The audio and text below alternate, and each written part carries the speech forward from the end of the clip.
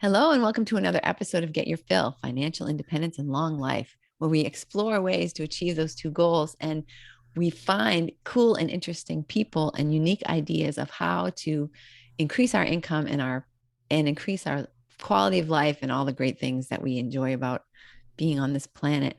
And that's why I'm very excited that we have today with us EA Csolkovits. Did I see that right?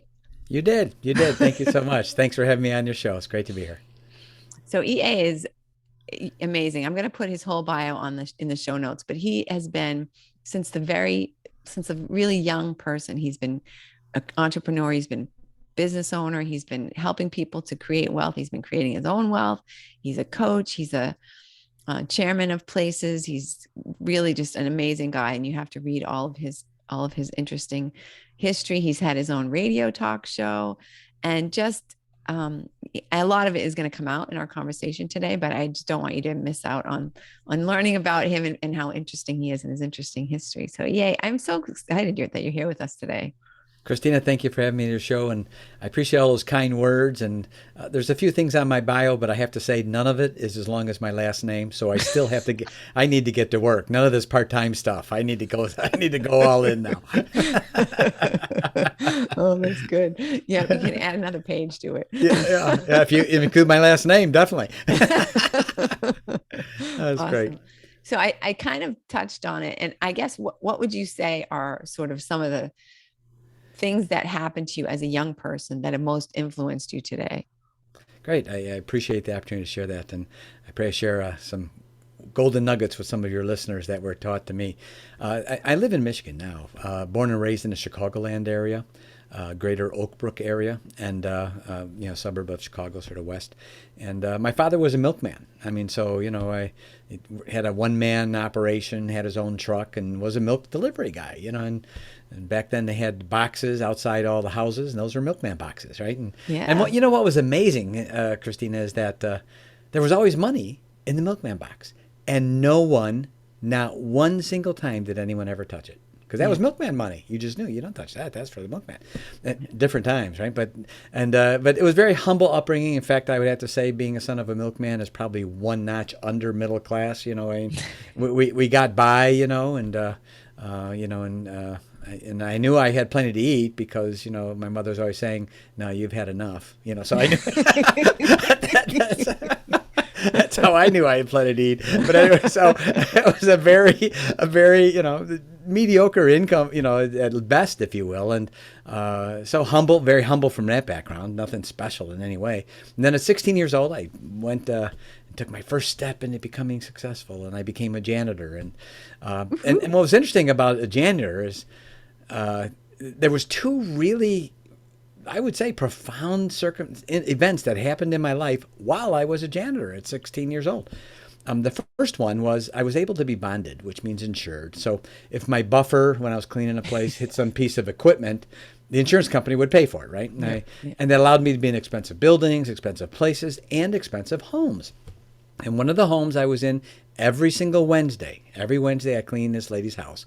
And when I say her name, it won't mean anything to your listeners until I make the movie reference. Then they'll go, now I know who that is, right? So her name was June Martino. And it was $1 million home back then when I was 16. Full-time maid, full-time butler, Rolls Royce in the garage. I mean, just this is like dreamland for me, right? Being son of a milkman, burnt out janitor, thinking my fun time is getting free songs on a jukebox when I'm cleaning bowling alleys at 2 in the morning, right? So this is like incredible. People really live like this, right? Now, when I met her, and actually there was a movie out a few years back. If you haven't seen it, it actually is a pretty good view. It was out a few years ago. It'll be out for some time. It's still on streaming, and I'm sure it'll be available. The name of the movie is called The Founder, and it's about McDonald's. And Michael Keaton plays Ray Kroc, right? And I can share with you, first of all, I grew up in that area. I witnessed the whole McDonald's phenomenon in my Wow. life. McDonald's number one, which Ray Kroc labeled it in Des Plaines. We drove by that probably 200 times at the end of the day delivering milk. So I witnessed the whole phenomenon. Literally lived right there. And in the movie, and first of all, I want to say in the beginning of the movie, it says this is based on a true story. It is based on a true story, but it's not the true story. Yeah. Yeah, I mean, it's just, I mean, it's all Hollywood spin. They paint Right. Ray in a way. Ray was not the way they portrayed him in the movie. I mean, I know personally he Yeah. was not that way, but it's all Hollywood spin, drama, make you watch it kind of thing, right? Yeah. But there are many events that are certainly nodded to that did actually take place. And in the movie, Michael Keaton, Ray Kroc, is constantly talking to a lady outside his office. That lady is June Martino. That lady is the lady whose house I cleaned every Wednesday. And when I met her, when I was 16, she had the third most controlling stock in McDonald's. And she was worth so many zeros on my fingers and toes, I couldn't even count. And I think, wow. And she was an icon in the area. Everyone knew who June Martino was. You know what I mean? She was just, and the amazing thing, Christina, this was a real shocker for me. For some reason, I don't know why, I always thought to be successful, you had to be a jerk. You had to be me only oriented. You had to be willing to push people down. All those things. I was wrong. I was just, I don't know where it came from. I don't know where that thought came from. But I that was where I was until I met her. And I thought, man, she's the opposite. And to me, that was astonishing. And she was a curiosity. I would watch her. And if I was buffing the floor and she walked through the room and I hadn't looked up because I was watching the floor, she would say hi. I mean, just so approachable. I mean, just so nice. And that was astonishing to me, you know. And so one day I asked her about McDonald's. I just went, because she saw me every Wednesday, always hi, very approachable. So, and she took me in the kitchen, told me the entire day, one full day. Even had the maid and butler bringing us food, so she could keep telling me the story of McDonald's from the very beginning, before she met the McDonald's brothers, when he was a milkshake mixer salesman, all the way to today. Wow. All the way to, I mean, basically when we were sitting in that room, in her kitchen. And the thing that was astonishing to me, Christina, was when she told me about the impact that Ray had on her life. And, you know, I didn't know what a mentor was, and I didn't know how to spell it. And I think I spent all my hooked on phonics money on something else, you know. So, I mean, you know, so I didn't know what a mentor was. I just knew that there was a guy that had this impact on her life. And here I am cleaning her $1 million home. When I was 16, it was $1 million. I think, man, this is... You know, and then after she told me the whole story, I remember my thought was, if I could just meet my Ray Kroc, that's what I need. I need a Ray Kroc like she had a Ray Kroc, a person that could put me under their wing and teach me everything, because not only do I not know it, I don't even know what I don't know. Right. You know, I mean, it's just, I'm so far removed from what, and if I could just meet, and I remember thinking, you know, and I just sort of threw it out there. Where would my Ray Kroc be? Where would I meet him? How would I meet him? And it wasn't about 2 months later, we got a phone call at our office, at the janitorial service. My boss sent me to show some guy that was opening a diamond store. He was in from Detroit, opening a diamond store in Chicagoland area, and they wanted to see some carpeting. I went. This man and I hit it off. He offered me a job, and he became the he became the father I never had, even though I had a father. And I was the son he never had, even though he was a son. He became my Ray Kroc. He became my mentor. And I was so blessed to meet him at such an early age. And he was a puritanical genius. And I say that because of him, I've become a huge advocate for mentoring and having a mentor. You know, in my world, if someone doesn't have a mentor, we call them naive. Yeah. That's naive. There's just there's too many people out there that are very successful, that have done it, that want to help and want to share. By contrast, I mean, don't hire and don't get someone that is what I call an educated idiot. And I've met thousands of those. They have all the book knowledge. They can spew it all back at you. Zero execution skills, zero implementation skills. Yeah. It's all theorem. And when you have a mentor like that or a coach like that, what you're really doing is you're paying for them to learn. That's really what's happening, right? Get someone, don't be afraid to ask the following question. What have you done? What have you done? And then if you don't like the answer, keep looking, right? Because you want a mentor that's done it. Because if they've done it, whatever it is you're seeking, if they've already done it, they bring with them all the things that didn't work for them also. Yeah. There's the wisdom. What didn't work, right? Because the theorem people don't know that. You know, they're just getting ready to make their mistakes. They're just next on the list that's going to make a mistake, right? So my mentor was a puritanical genius. He was one of those ones that had done it. And just to share a story, and the reason I'm sharing with him is my story is really folded up into his, if you will. All the things that happened in my life were because of these lessons he taught me, because of his experience, because he was a puritanical genius and mentor. He the kind that have done it, that can say, this is why you do this. This is why you don't do that. Here's what happened to me. I'll show you the scar on my leg to prove what happened when I did that. Don't do that, right? So to share with you just a profound aspect that happened to him in his life, he shared with me what it was like growing up in the Great Depression in the United States. And he said, no one had any money. He said people were jumping off of buildings, committing suicide because they lost their fortunes. Multi-mile long soup kitchen lines, miles long, just to get a bowl of soup. He said, for some of our meals, we actually ate cardboard. I didn't even know that was edible. Wow. And he said just because it stopped our stomach from growling and made us feel full. Oh, boy. And you think, geez, talk about having a tough time of it. And he was walking around. I mean, no one was hiring. Companies were laying people off. And he went by the store and saw a guy every day. He was in the back of the store. So he stopped in and just started talking with the guy, just sort of burned the clock kind of thing. And it turns out the guy was the owner of the store. It was filled with sewing machines. And he said, I own the store. I bought all these sewing machines, just sitting there collecting dust. Obviously, no customers are coming in. People are looking for food, not sewing machines. Yeah. And he said, I had to let all my employees go. He says, it's just me keeping an eye on these sewing machines collecting dust. Yeah. So my mentor had this flash in his mind, and he said, well, how about if I helped you sell some of these? And the guy said, well, what do you have in mind? He said, well, people can't afford to buy a sewing machine. That's just pretty obvious, right? He said, how about if we sell them on payments? He said, we'll split the payments. And he said, and then if anyone walks with the sewing machine, he said, I'll guarantee the sewing machine so you won't be out of any money. And the guy said, man, go for it. And they're collecting dust and they're all paid for. Do whatever. One is better than nothing, right? Right. So the next thing my mentor did, which is astonishing, he put together a flyer and distributed it. And the flyer said in bold print on top, women to work from home. He told me he never fully caught up with the responses at any point. He said he was, because no one was hiring. So the fact that anyone was hiring, and he put together this way where women he built this huge community, this huge network of women and working from home. He sold them the sewing machine on payments, gave them the patterns, gave them the material to sew and make the garments with. Then he guaranteed he would buy the garments and clothing from them, thus guaranteeing their income, so that they could now make the payments on the sewing machine and have an income to buy food and everything else they wanted. It exploded. It just went so fast. And he said, but he wasn't done yet. He then, when he bought the clothing from this huge community of women he formed, he then sold that clothing to stores as handmade, high-quality, deep discount clothing that the stores needed and subsequently needed to their customers because no one had any money. They wanted high quality, but very, very cheap discounted prices. In 18 months, Christina, people are jumping off of buildings. People are standing in multi-mile long soup kitchen lines. In 18 months, he earned $1 million.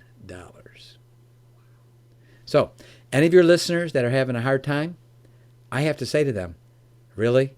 You eaten any cardboard lately? Yeah. Is that your excuse? Really?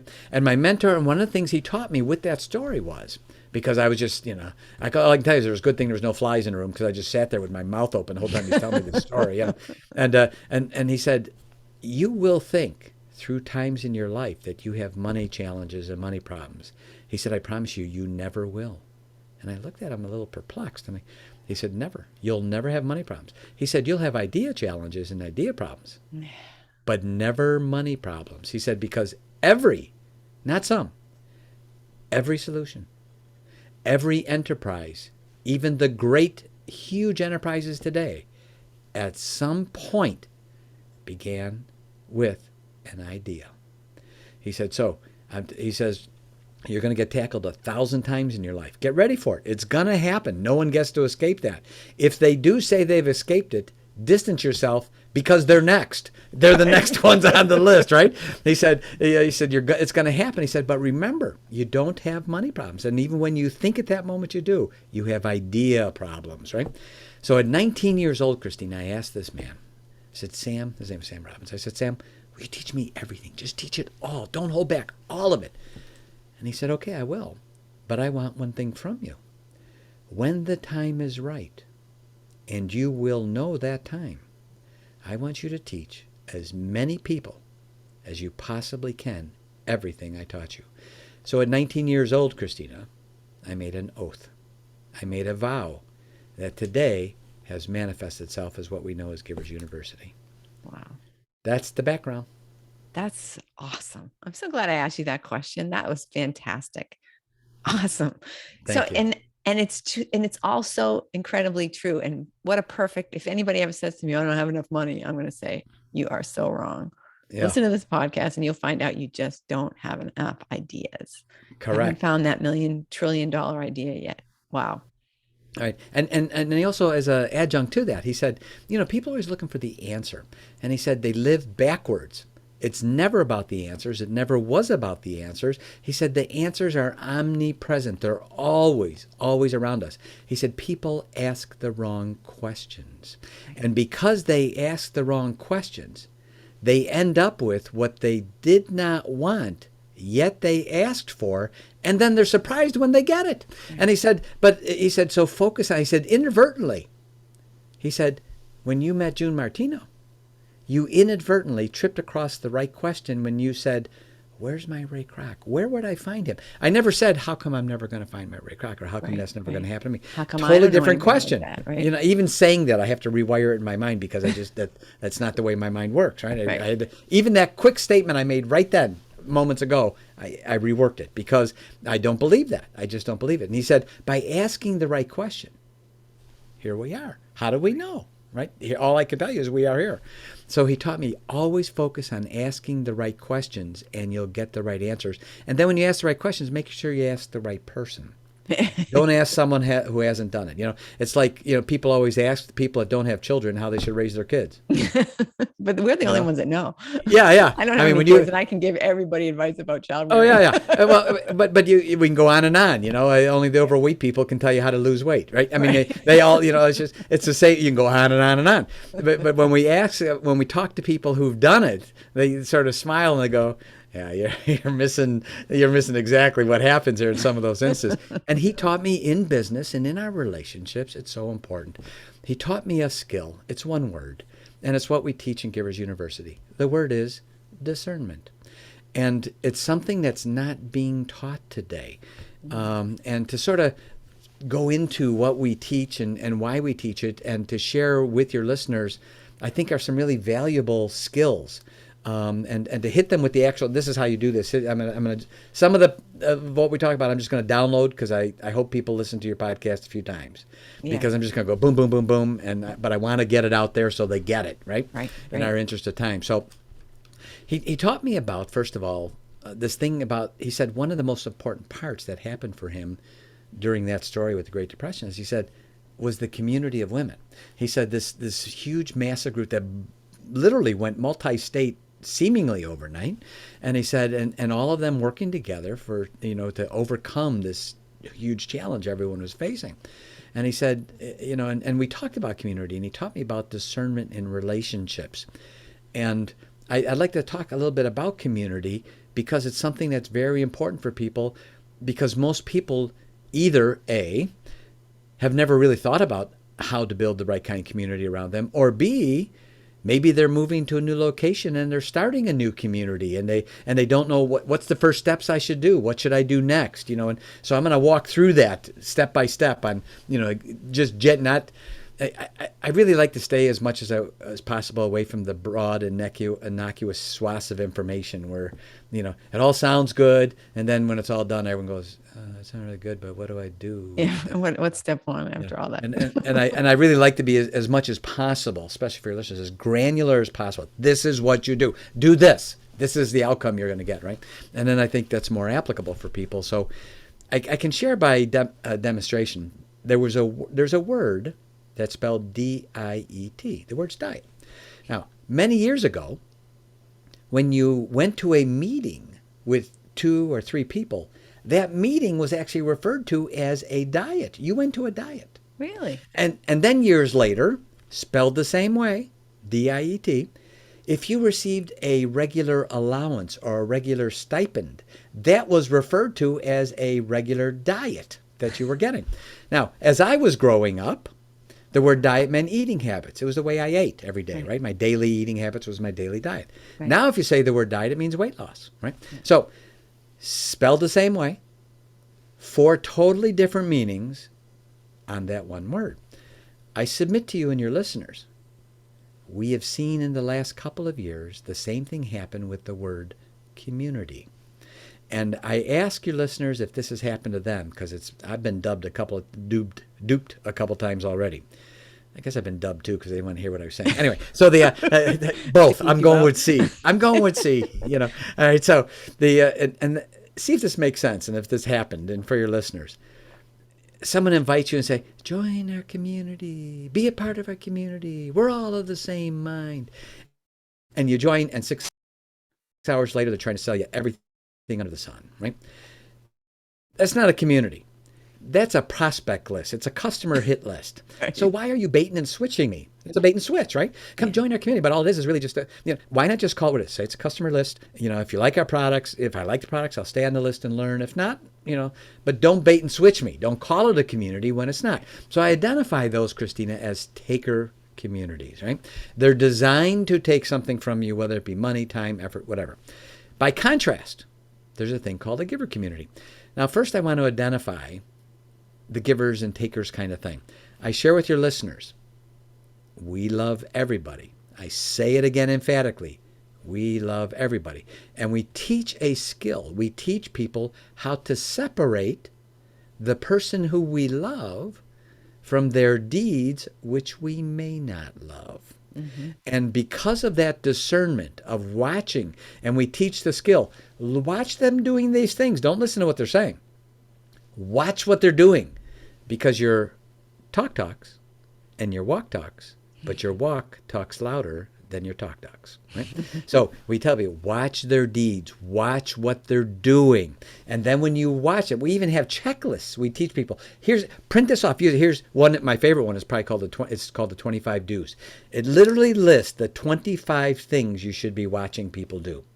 And you can go down the list and you look on and make a check mark. They do this or they don't do that. And you get to the bottom, total it up, and you already are pointed in the right direction, whether they would be giver or taker. When we say giver, we're not labeling a person because we don't label people. When we say giver, we're labeling their deeds, giver deeds. When we say taker, we're not labeling a person, like Invasion of the Body Snatchers.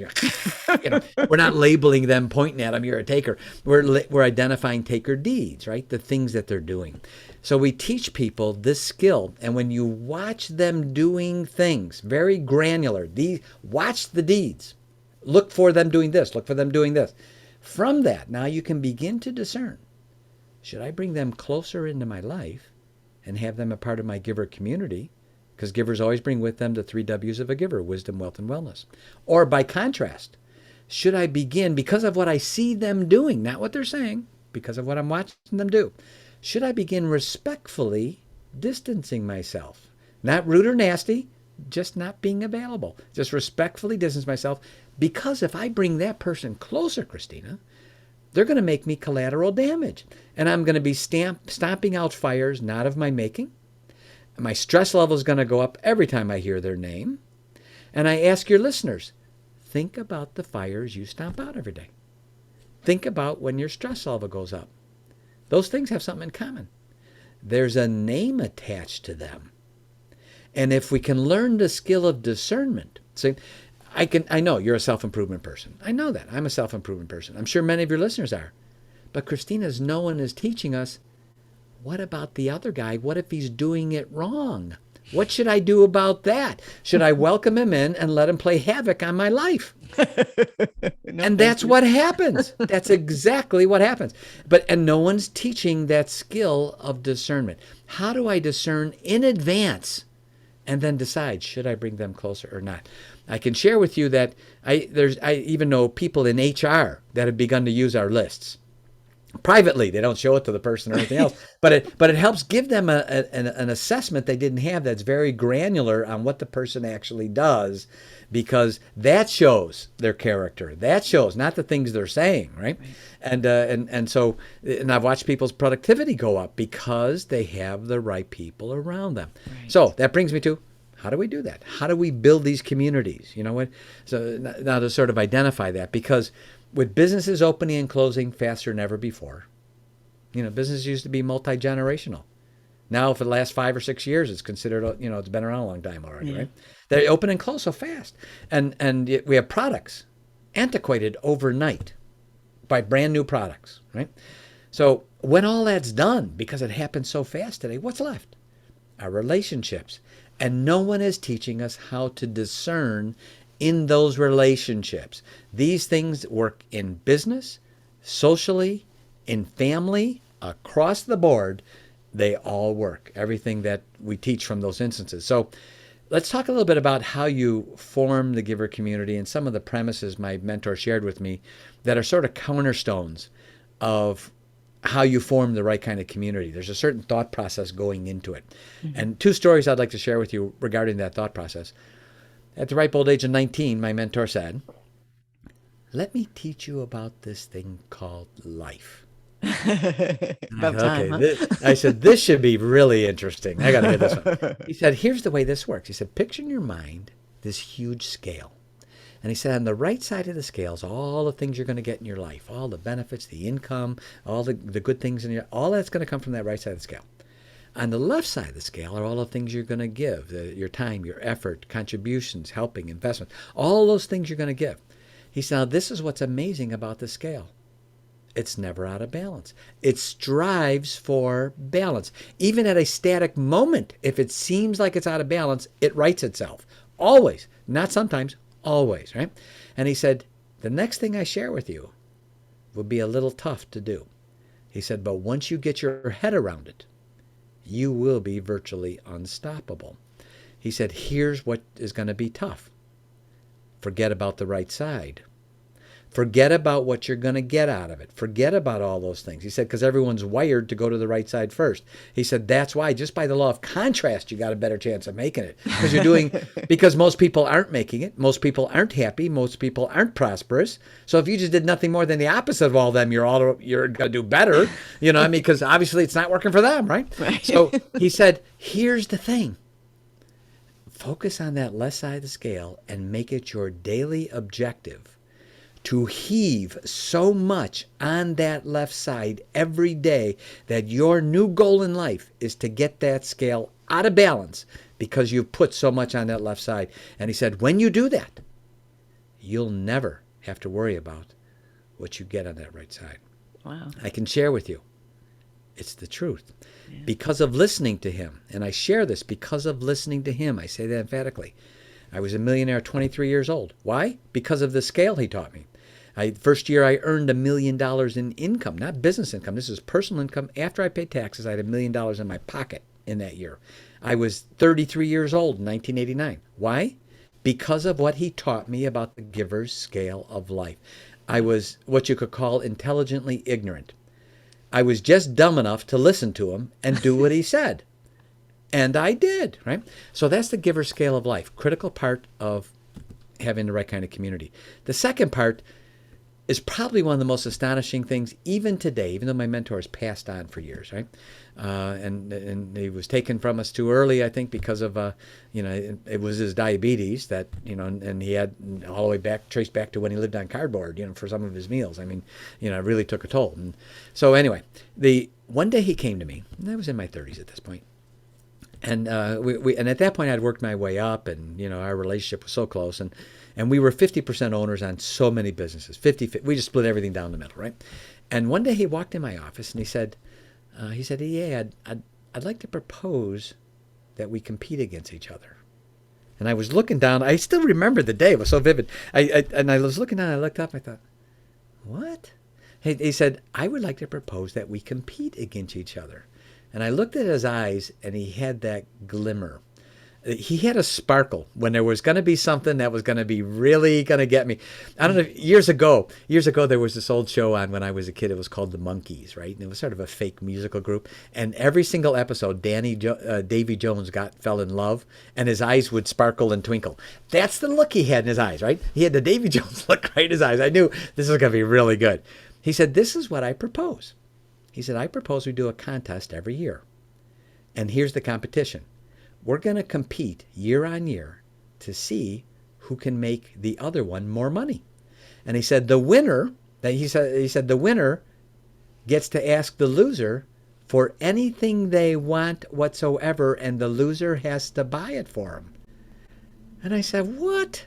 Oh, And I thought, this is, I said, okay. I said, okay, wait, let me make sure I understand this, because I was feeling, I felt like a little tightness around my collar, as he was saying this. I said, let me make sure I understand. So, Sam, what you're saying is that, okay, we're going to compete year by year. And if you make me more money than I made you that year, you win, I lose. So you as the winner get to ask me, the loser, anything I want, anything that you want, and I have to buy it. He said, "Yeah, that's it." And I said, "Okay, so the other side of the coin is that way too, right? So that means if I make you more money than you made me, I win, you lose. I get to ask for anything I want, and you have to buy it." He said, "That's right." Christina, I still remember the sigh I made before I said, "Okay," because I thought, this is going to be really interesting. Well, it was. The first year, he beat me so bad. It was brutal, brutal. And guess what? I paid cash for him for a house in Florida. Oh, wow. That was a bummer, huh? I cashed the house out. Now, I couldn't be lose that one mad, again. but I couldn't be mad because he made me more money than I made him, and I had the money. You know what I mean? So there was nothing to be mad about, right? Right. And I thought, man, I better get smart fast. This is going to be brutal. I better catch on. And the next year I did win, and he actually bought me an aircraft, and I became a commercial pilot. Wow. The second year, he bought me a limousine, and I had a full-time driver. The third year, he bought me a second aircraft. And then we started just carrying it forward every year, right? And then, Christina, it dawned on me. Man, this guy is something else. I realized what he had done. It took me 3 years to just sort of experience it, and I realized, he knew. We both knew, because of his diabetes, his life was deteriorating. He couldn't keep up with me. He knew he couldn't, just every day, just with the hours and the workload and and being in meeting, all the things. He couldn't keep up. He knew he couldn't. So what he did is he crafted this thing in his mind, and he wanted me to win. He wanted me to get that thing every year because we were splitting everything 50-50, and he didn't want my mind to get goofed up because we're split everything 50-50, but he can't carry the load that I can carry, right? Just because I'm 33 years old, right? And I thought, what kind of man comes up with this? What kind of person crafts that in their mind in advance, all by themselves, that my mind might get goofed up, that there's no way he can keep up, and he wants me to get something and still make it a contest. I thought, man, how do you even come up with that kind of stuff? And I can share with you, that became one of the cornerstones of what the communities we help build. And I call it the Giver's Contest Intention. And it is as follows. The Giver's Contest Intention simply means I am going to put in more than I could ever expect to get back. Just that simple. That's it, right? He taught it to me. I know it works, right? People say, well, it sounds a little utopian. I said, well, it may sound utopian, but and I'm sorry you think that way, but I can tell you, I lived it. You can't tell me it's too utopian. You could say that, but I'm not buying it because that's not the truth, right? So let's talk a little bit about these things. We at Givers University, we call them Juntos. A community and Junto are interchangeable terms. A Junto basically is a group of people that get together that have a common interest or purpose. That's a Junto. It's spelled Junto. The word's a Spanish word dating back to the 1600s and 1700s. A guy by the name of Benjamin Franklin picked it up. And then in 1727, Benjamin Franklin started a group. He got together 12 friends, and he met with them every Friday night for a couple of hours, and he named this group the Mutual Improvement Club. Later on, he called it the Junto. Later on, he called it his Leather Apron Club, right? And every Friday they got together and they talked about politics and business and social and ethics and, the whole gamut. Interestingly enough, our very Declaration of Independence arguably could be traced back to the conversations he had with those 12 people with his Junto. So no one can tell me that 12 people can't be powerful when they get together all on the same page, right? So we teach people absolutely free. We love to do this. It's our way to get that scale out of balance and work hard at it every day. We teach people how to form 3 different kinds of Juntos. There's many different kinds. These are just 3 of them. So I'm going to use them as examples, and then we're going to get into the 7 steps of how do you form your community, how do you form your Junto. So the first one is what's called the giver's greater Junto. Any size, any number of people, usually worldwide, very large. Good example might be Salvation Army, VFW, right? Lions Club. Those might be a couple of good examples of a giver's greater Junto, greater number, all coming together for a common purpose or reason. There's a giver's insider Junto, which is 2 to 12 members. This is more close-knit, more intimate, know more about each other, share confidences more. That's called the giver's insider Junto. A good example would have been Ben Franklin's Leather Apron Club. That would have been an insider Junto. Then we teach what's called the giver's millionaire Junto. That's 2 to 12 vetted millionaires who are all getting together for a common purpose and reason. A good example of that would be in 1915, Henry Ford started a millionaire Junto. It consisted of him, Thomas Edison, the inventor, Harvey Firestone, Firestone Tires, and John Burroughs, who was a poet, a writer, and also he was a federal bank examiner, so he must have been the money guy. But anyway, so the 4 of them, and Henry Ford actually gave them a name. He called them, his Junto, the 4 Vagabonds. And they traveled together and they helped each other in business. And so that would be an example of a millionaire Junto. Another example would be my mentor and I. That's 2 people, right? 2 to 12. So that was a millionaire Junto. And certainly the things I learned were, everything that I share with people. Every story I've told you, Christina, I didn't make up any of it. All I did was I became a conduit. And the reason why is my mentor talked me into thinking, I can do it. What? Anyway, so here's the 7 steps on forming a Junto. Right? It spells the word discern. It's an acronym, DISCERN. Each letter has a different part of the step of forming your giver community around you. Right? So the first step is D. The letter D in discern means decide. You have to decide who you want to have around you. Now, if you're going in a brand new area, there's so many ways you can meet with other people in other groups, from Chamber of Commerce groups, etc. I've certainly been to a few of the, networking meetings, and quite candidly, there's a lot of back patting and very little that comes out of that, kind of thing. And from what my experience has been anyway, and everyone, gives each other business cards and these are their own, and everyone's really there to take. What can I get out of it? The whole mindset's backwards. It's all, and that's why they tend not to work, right? Because it's not that intimate group of people. What happens, Christina, when you have an insider Junto and there's 12 people there, and each of those 12 is doing the giver's contest intention, and all of them, those 12 are committed to getting more, to giving more to the group than there possibly could ever get out of it. And you have each one of them doing that. What kind of power comes out of that? It's unspeakable, the amount of power that can come out of that room like that, right? Absolutely. So that's why that first step of deciding who they are so important. First of all, we just get out there and start meeting people, and then have a reference of what we should be watching them do, rather than just sort of make, a broad swath, well, I don't know, does that sound sort of good? Is that right? That doesn't help you make the decision, right? Mm-hmm. So the first one is decide, and I share with your listeners, we even provide a checklist on that absolutely free, and I'll share with that when we sort of conclude here. They can get the whole checklist. We want them to download it, use it, print it off, carry it with them, use it in discerning all your relationships in your life, right? The second is invite. You got to invite them. How do you invite them? What do you do, right?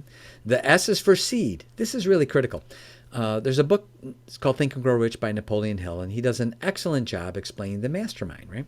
And when he explained it, it was a new concept. It was something novel. So he explains what it is.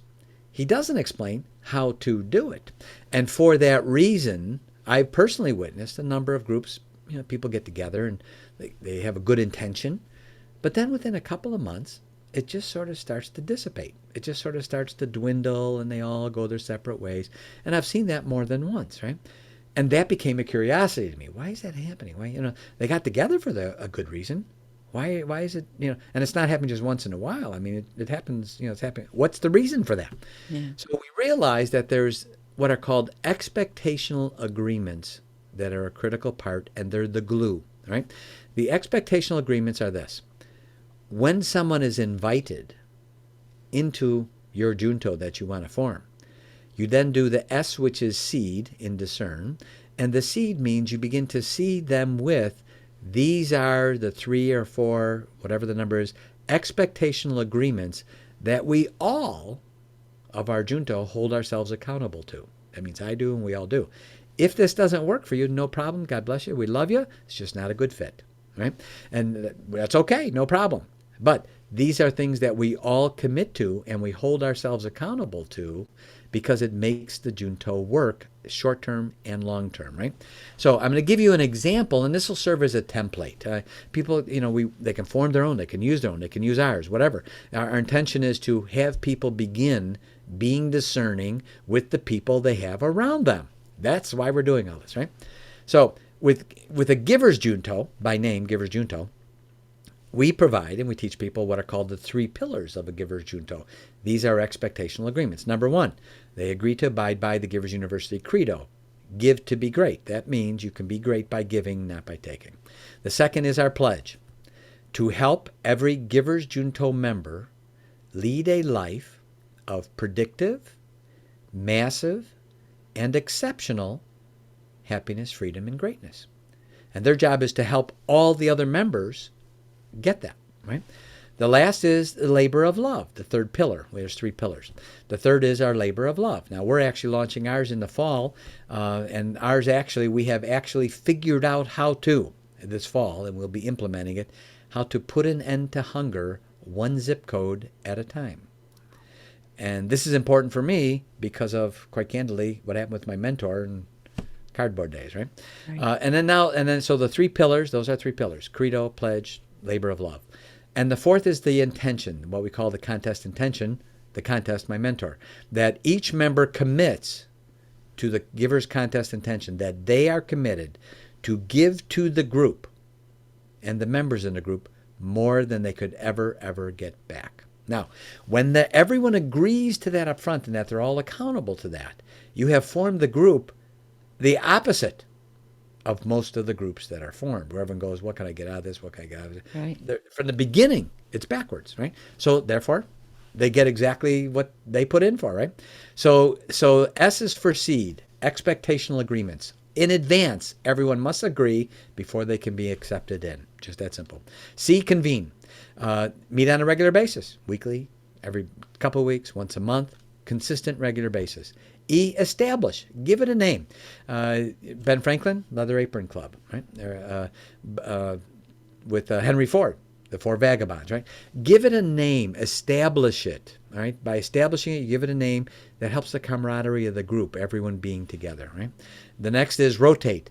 Different chairperson at every meeting. The same person does not chair the meeting every meeting. Every meeting, different person, everyone rotates. And that's R. N is numbers. Broadcast out to form more Juntos, be a part of more groups. So the letters again are spelling out the word discern, D-I-S-C-E-R-N.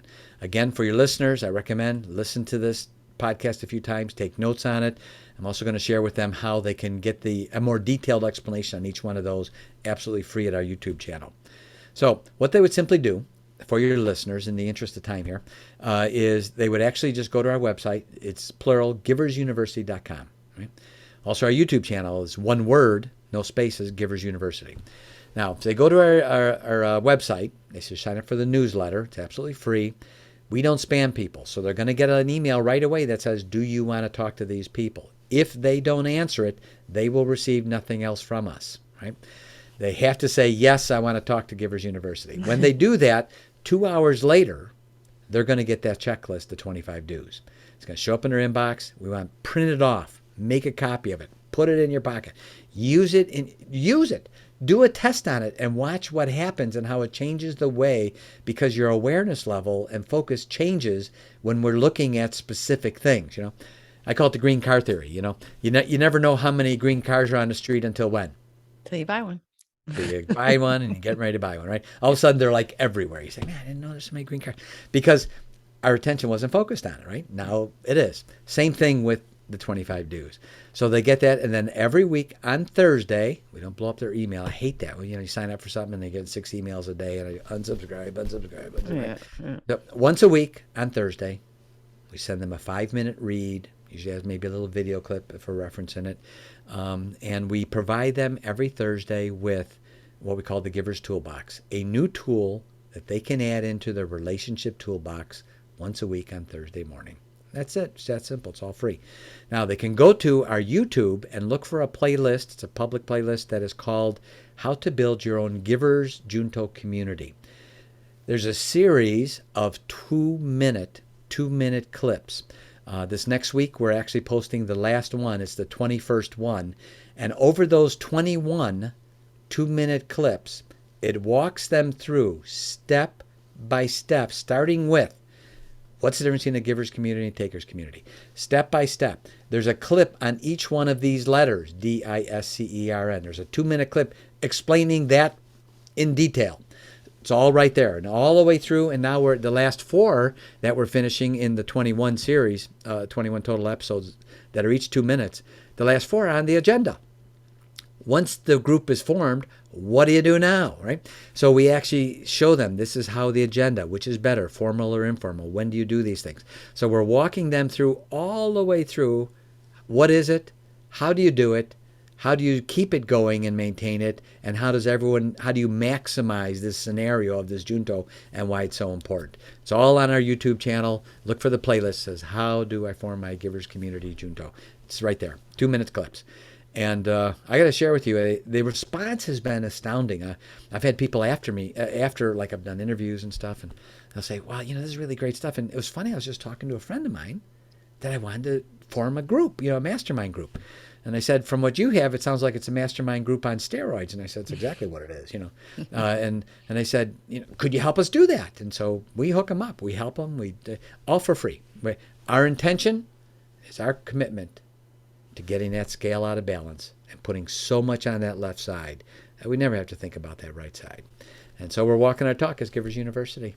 So that's what I would recommend for someone that's either going into a new area to form their Junto, or right now they've just never really had that experience, or they feel maybe they have the wrong people around them and maybe they do a little house cleaning, but they don't know how to do it, right?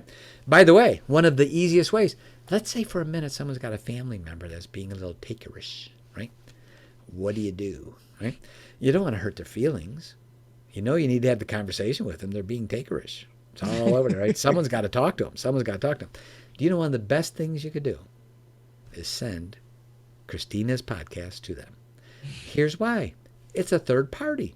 All they have to do is just say, you know what? I heard this really interesting, thought-provoking podcast. Do me a favor. Listen to it and tell me what you think of it. You never know. It can open their mind. They may subscribe and learn something. All of these 25 dues, Christina, have a self-assessment part built in. So they go through 25 dues when they're observing other people. Say, oh boy, I'm off the rails on 13. I need to work on that one myself. So you never know. So one of the best things you could do is share this podcast with others and get the word out on how important it is to surround yourself with the right kind of people.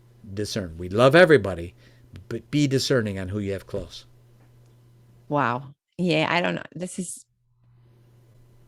I feel like I've just had gold poured into my brain. This is fantastic, really fantastic. And it's so timely because I'm getting ready to actually relocate to another community. And part of it has to be setting up this, a group. And I, was just going to, I guess, do it randomly, but not anymore.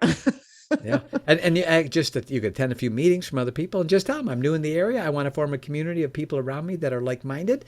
And would you like, and after you've observed it and you decided someone you want, here's you go, step by step, all the way through. The impact on productivity and happiness is so profound because people don't give enough credence to the impact other people are having on their lives. Right. you know, Right. and in so many ways, habits, things they do, things they say, all those things. And if we can have the right people around us who are doing those things that are productive, that are exceptional in happiness and freedom and greatness and all those things, it has a direct impact on the results in our life. And I just think you're doing a wonderful thing with your podcast, and I'm so blessed having being able to be a guest on. And I pray that your listeners share this podcast with others. This is a message that needs to go out. People should begin to learn the skill of discernment in their relationships. Wow. Yeah, I'm the one who's grateful. I'm just very excited that we were connected and that you've shared all these. I mean, talk about, like you said, a download here. But yeah, I mean, thanks so much for being with us today. I know we're like really bumping up against the clock here. But and I want to thank you, listener, for listening. I know you've got some amazing tips and pearls and potentially, I mean, absolutely, if you implement this stuff, life-changing information that you need to listen to over and over, totally implement it into your life and share it with others. And have a fantastic, amazing week. For sure, for sure. And as we say at Givers University in parting, don't have a good day. Have your best day ever. I like to say your best day so far, which means Yeah, like tomorrow will be even better. and it will. Thank you, Awesome. Christina. Thank you.